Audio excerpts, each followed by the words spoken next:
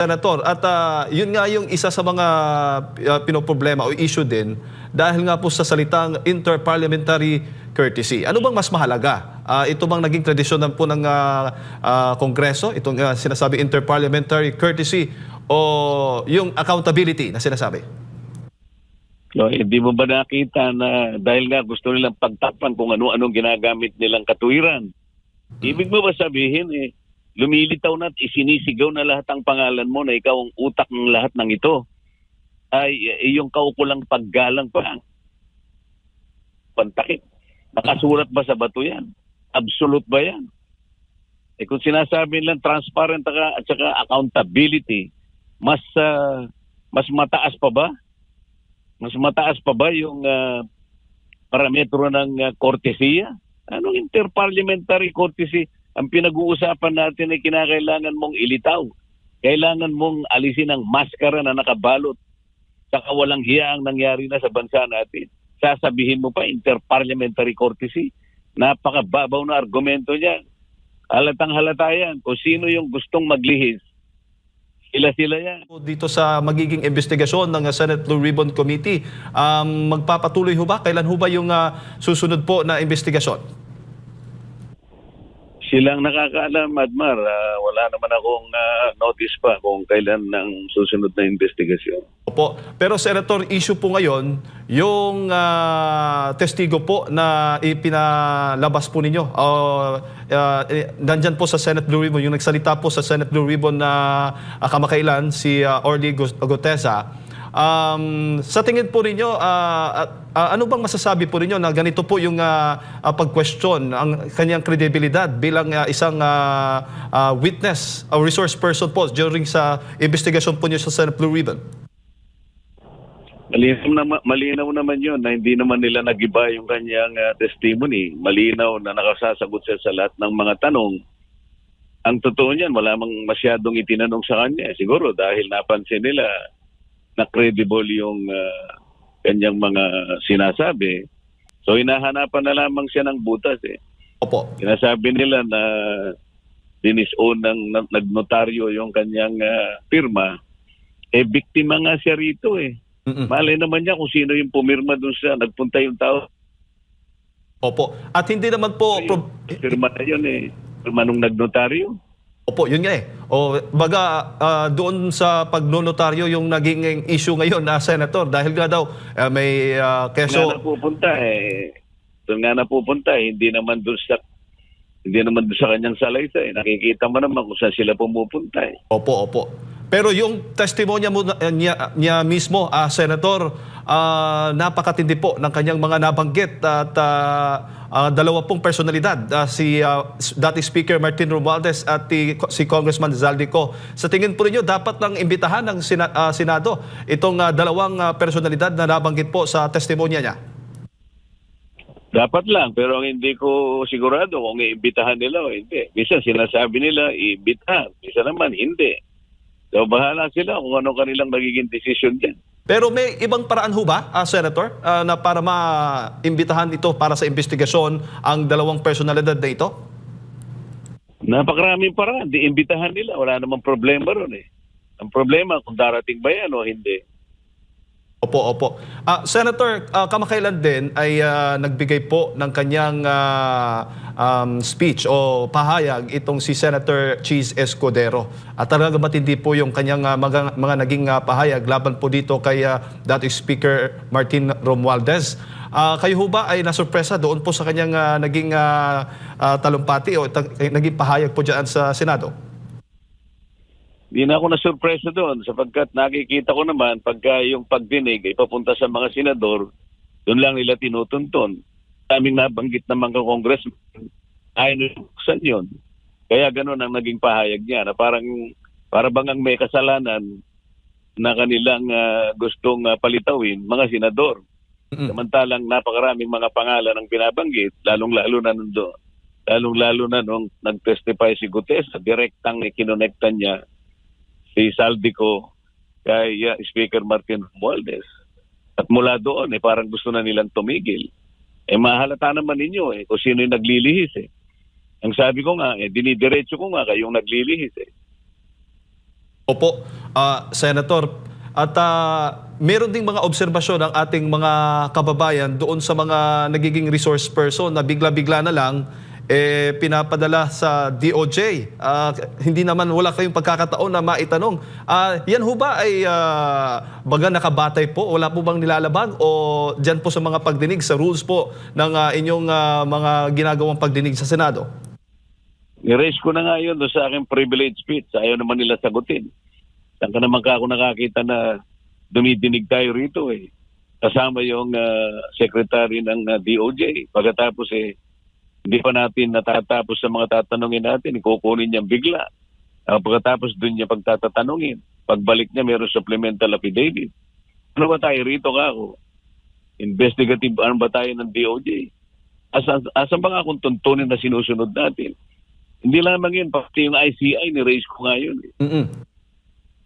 Opo. Pinalatuntunin, wala kaming agreement kung paano makikipag-coordinate ang ICI. Sapagkat meron tayong saligang batas na nagsasabi, igalang natin ang mga institutional boundaries. Meron tayong separation of powers. Ito mga doktrina na minsang naglagda ay ang ating kataas-taasang fundamental law. Ito yung ating saligang batas. Kung hindi na natin sinusunod yung nakatalaga na mga separation of powers, malabo na itong pinupuntahan natin. Pagkatapos nagsasabi sila na parang lumilihis. Sino ba naglilihis? Ako mulat-mula pa, dinidiretso ko ito eh. Pag nababanggit ang pangalan ni Martin Romualdez, imik. Napapansin siguro yan na marami nating kababayan. Opo. Totoo po yan, Senator. At yun nga yung isa sa mga pinoproblema o issue din dahil nga po sa salitang interparliamentary courtesy. Ano bang mas mahalaga? Ito bang naging tradisyon po ng Kongreso? Itong sinasabi interparliamentary courtesy o yung accountability na sinasabi? No, hindi mo ba nakita na dahil nga gusto nilang pagtakpan kung ano-anong ginagamit nilang katwiran? Ibig mo ba sabihin lumilitaw na at isinisigaw na lahat ang pangalan mo na ikaw ang utak ng lahat ng ito ay yung kaukulang paggalang pa. Pantakip. Nakasulat ba sa bato yan? Absolute ba yan? Kung sinasabi nilang transparent at saka accountability, mas mataas pa ba? Mas mataas pa ba yung parametro ng kortesiya? Anong interparliamentary courtesy? Ang pinag-uusapan natin ay kinakailangan mong ilitaw. Kailangan mong alisin ang maskara na nakabalot sa kawalang hiya ang nangyari na sa bansa natin. Sasabihin mo pa interparliamentary courtesy. Napakababaw na argumento niya. Halatang halata yan. Kung sino yung gustong maglihis, sila yan. Opo. Ayaw nilang ilitaw. Ayaw nilang alisin ang maskara. Bakit mo harangan ng interparliamentary courtesy? Wala kang nalalabag na interparliamentary courtesy kung imbitahin mo sila. Huwag mo lang silang isabina. Yung courtesya, na yung pa rin sa pag-iimbita, iniimbita mo lang. Hindi mo ba ginagalang nun? Iniimbita mo eh. Ang problema kung ayaw mong imbitahin, yun ang paglilihis, yun ang pagtatakip. Oo. Inimbita ko na nga si Congressman Toby Chanco. May problema ba doon? Meron ba akong nilabag doon? Wala. Voluntaryo siyang pumunta. 2 beses na nga pumunta ron eh. O bakit nila tinatakpan niya sa magitan ng tinatawag na kortesiya? Anong kortesiya? Mas mataas bang kortesiya sa accountability at saka transparency? Kung magsalita sila, parang akala mo mga moralistang magagaling. Parang akala mo mga sugo ng righteousness. Tatakpan mo ng kortesiya. Hindi ko sinasabing walang kortesiya. Sinasabi ko mas mataas ang accountability. Mas mataas ang pangangailangan ng taong bayan na malaman nila kung sino ang gumawa ng lahat ng ito na talagang ang kanilang kabangbayan ay talagang nalusaw at takot ng mga taong ito. Tatakpan mo ng kortesiya. Opo. Opo. Senator, tulad nga ng sinasabi ng ilan po sa mga kasamahan po ninyo, ang sabi, pwede daw baluktutin yung batas para ma-please, malugod po yung taong bayan. Dito po sa issue ng interparliamentary courtesy, po pwede ho bang ma-apply po yung pagbaluktot para lang maimbestigahan ang taong sangkot o nadawit po dyan sa inyong mga pagdinig? Paano mo babaluktutin yun? Kortesiya yun eh. Sabi ko nga sa'yo, imbitahan mo, kortesiya yun. Ang pag-iimbita ay paggalang. Kortesiya pa rin yun. Wala kang babaluktutin doon. Kaya lang sila, ang gusto nila, baluktutin nila. Ang gusto nila, mas mataas ang kortesiya sa accountability. Ang hinahanap ng taong bayan, accountability, hindi kortesiya. Opo. Senator, may pahayag po si Senator Ping Lacson. Ano pong masasabi po niya? Basahin ko lamang po itong kanyang naging social media post. Sabi niya dito, he is overly vocal, boastful, or aggressive so he can create an image of strength through noise. May pinapatamaan po ba? Ano bang dating po? Anong masasabi po ninyo dito, Senator? Alam niyo na kung sino ang pinatatamaan niya. Opo. Alright. Senator, isa na lang, bago lang si partner Admar. Kanina nabanggit po ninyo, po pwedeng maimbitahan kahit ay mga representative ng ICI sa mga pagdinig po ng Senate Blue Ribbon Committee at wala pong nilalabag na batas po doon. Kung iimbitahin nila, ba't nila iimbitahin yun? Independent yun eh.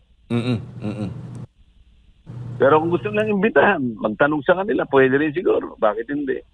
Opo. Ang pinag-uusapan natin dito, ang ICI ba, pag nag-request ng impormasyon mula sa Senado o mula sa House of Representatives, wala ba kaming karapatang tumutol? Kailangan ba kami ang nakikipag-cooperate sa kanila?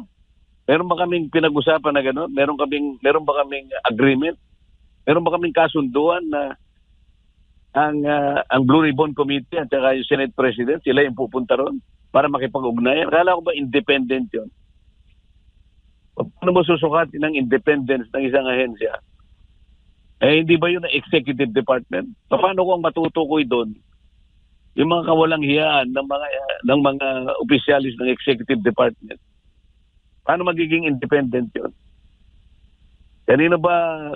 Sino ba nagbabayad sa kanila? Di ba executive department? O paano magiging independent yun? Opo. At saka pabor ho ba kayo na hindi po sa publiko yung mga pagdinig po ng ICI? Nasa kanila yun. Senador, magandang umaga. Si Admar po ito. Sir, Admar, bilisan natin kasi pababa na ako. Opo. Sir, sakali pong magkaroon pa ng susunod na mga investigasyon, dadalo pa po ba itong si Master Sergeant Guteza at tatalakay nyo rin pa rin po ba yung paglilinaw doon sa kanyang naging testimonya? Kasi ito yung lumalabas ngayon sa social media, kine-question yung kanyang kredibilidad, bagamat mas mabigat na siya mismo ang humarap doon, sinumpaan niya, nanumpa siya dyan sa Senado sa kanyang mga salaysay po, Senador. Hindi credibility ang kino-question nila. Ang kino-question nila, yung notaryo. Walang kinalaman ng notaryo doon sa kanyang ipinahayag doon. Credible si Guteza. Opo. Isa na lamang po, Senador. Ito pong, meron pong nabanggit sa report na yung mga diskaya nag-tell-all daw sa ICI. Possible na mga hindi niya nabanggit dyan sa Senado. So marapat po ba na talagang magsabi din siya sa Senado kung ano man na ito? Kasi parang dyan sa ICI, doon nababanggit sa Senado, ngayon hindi pa nga natin alam kung magpapatuloy pa ang investigasyon po, Senador. Hindi ko alam yun. Kung may sasabihin pa